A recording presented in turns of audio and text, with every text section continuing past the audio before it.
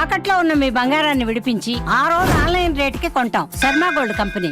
June 16వ తారీఖు నుంచి 30వ తారీఖు వరకు ద్వాదశ రాశులలో భాగంగా వృశ్చిక రాశిలో జన్మించినటువంటి వారికి ఏ విధంగా ఉండబోతుందో తెలుసుకునే ప్రయత్నం చేద్దాం.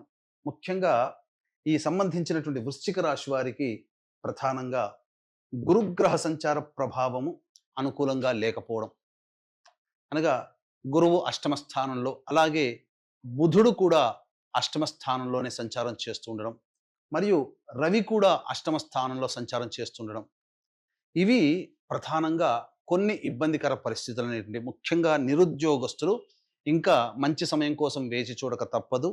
అలాగే చేస్తున్నటువంటి ఉద్యోగస్తులు మాత్రం చాలా జాగ్రత్తగా ఉండాల్సినటువంటి పరిస్థితి.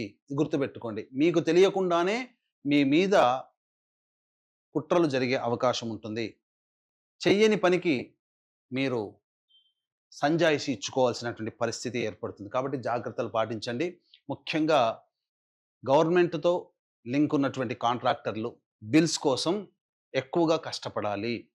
అలాగే టెండర్లు అనేటువంటివి వేసేటప్పుడు దైవానుగ్రహాన్ని పొందే ప్రయత్నం చేస్తే మీరు అనుకున్నట్టుగా టెండర్లు వచ్చే అవకాశం ఉంది. కాబట్టి దైవానుగ్రహాన్ని పొందే ప్రయత్నం చేయండి.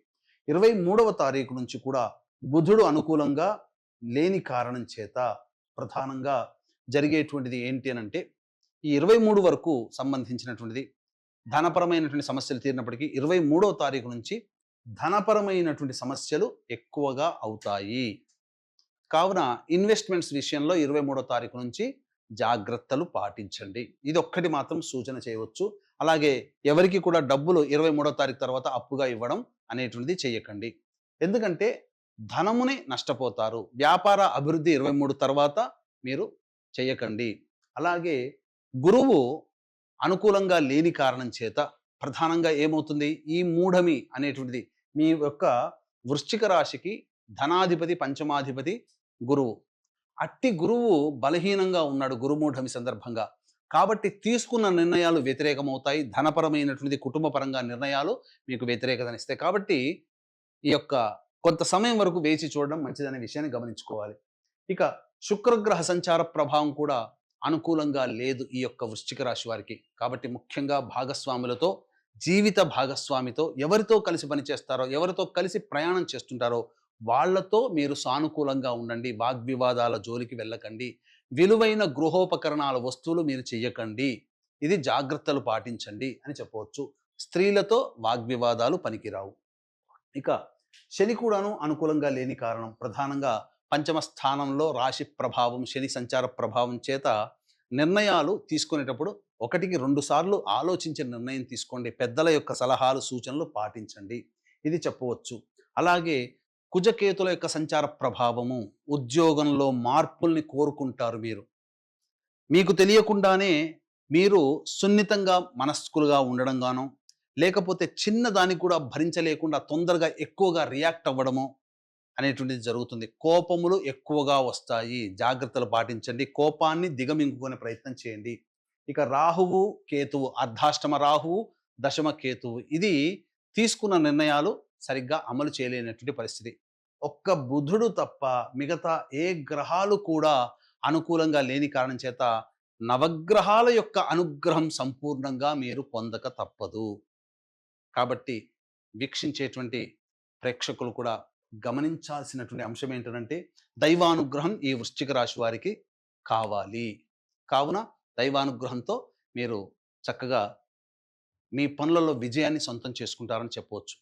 ఈ యొక్క వృశ్చిక రాశిలో జన్మించినటువంటి స్త్రీలకి ముఖ్యంగా ఆరోగ్యం పట్ల శ్రద్ధ వహించాలి. అనారోగ్య సూచనలు, శ్వాస సంబంధమైనటువంటి ఇబ్బందులు, అజీర్తికి సంబంధించినటువంటి ఇబ్బందులు, శిరోబాధలు, ఇవి చాలా మటుకు పెరుగుతాయని చెప్పవచ్చు. ఎవరికి కూడాను జామీందారుగా, గ్యారంటీదారుగా ఉండకండి.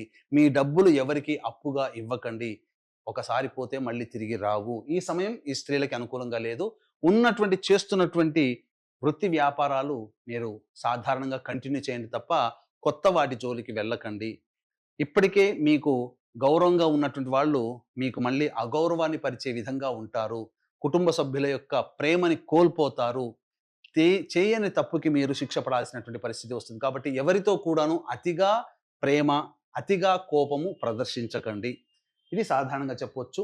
తర్వాత ఈ యొక్క రాశిలో జన్మించినటువంటి విద్యార్థులు బాగా కష్టపడితే తప్ప అనుకున్నటువంటి యూనివర్సిటీలో సీట్ సంపాదించుకోలేకపోతారు. అలాగే ఉద్యోగస్తులు జాగ్రత్తలు పాటించండి. మీకు ఉద్యోగము ఇబ్బందులు ఎదుర్కొనే అవకాశం ఉంటుంది. నిరుద్యోగస్తులైతే మంచి సమయం కోసం వేచి చూడండి. అలాగే ఈ యొక్క వృశ్చిక రాశిలో జన్మించినటువంటి వారికి వివాహ సంబంధాల విషయాల్లో మీకు ఫలితములు తక్కువగా ఉంటాయి. సంతానం కోసం ఎదురు చూసేటువంటి వ్యక్తులు ఈ మౌఢమి దాటిన తర్వాత సంతాన ప్రయత్నం చేస్తే చాలా మంచిదనే విషయాన్ని గమనించుకోవాలి. తర్వాత మిశ్రమం కంటే తక్కువ ఫలితాలు ఈ యొక్క వృశ్చిక రాశి వారికి 16వ తారీఖు నుంచి 30వ తారీఖు వరకు ఉంటాయి. అయితే ఈ 16వ తారీఖు నుంచి 30వ తారీఖు వరకు ఎప్పుడు సమస్యలైనా మంచి రోజులు ఉండవా అంటే గ్రహ సంచార ప్రభావం మీకు కొంత యోగాన్ని కలగజేస్తుంది. ఎలా మీకు యోగిస్తాయనేది మనం తెలుసుకుందాం. వీక్షించేటువంటి ప్రేక్షకులకి గమనిక, ఈ యొక్క జూన్ 21వ తారీఖు రోజున ఏకాదశి అశ్విని నక్షత్రంతో కలిసినటువంటిది. అద్భుతమైనటువంటి రోజు. ఈ రోజున మీ జాతకరీత్యా కలుగు విద్య, వివాహ, ఉద్యోగ, దాంపత్య, అనారోగ్య సమస్యల నివారణకి మరియు మేష, మిథున, కర్కాటక, సింహ, కన్య, వృశ్చిక, ధనుస్సు, కుంభ, మీన రాశుల్లో జన్మించినటువంటి వారికి సర్వదోష నివారణ పూజలు, హోమాలు, ముఖ్యంగా నవగ్రహాల యొక్క అనుగ్రహం కోసం సంపూర్ణ నవగ్రహ శాంతి అనేటువంటిది చేయించడం జరుగుతుంది. అవకాశం ఉన్న వాళ్ళు కార్యక్రమ తదనంతరం కాంటాక్ట్ చేసి మీ గోత్రనామాదులు నమోదు చేసుకోవచ్చు. ఈ కార్యక్రమంలో నమోదు చేసుకున్నటువంటి వాళ్ళకి శక్తిపాతము చేయబడినటువంటి శంకరుంగలి మాలని మీకు ఇవ్వడం జరుగుతుంది.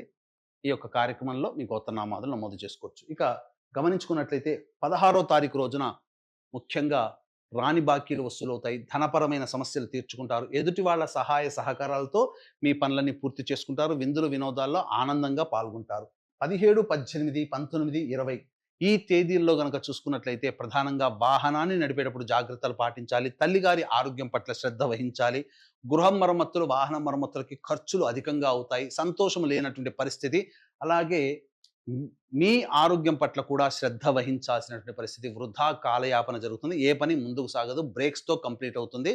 ఖర్చులు కూడా ఈ 4 రోజులు అధికంగా ఉంటాయని చెప్పవచ్చు.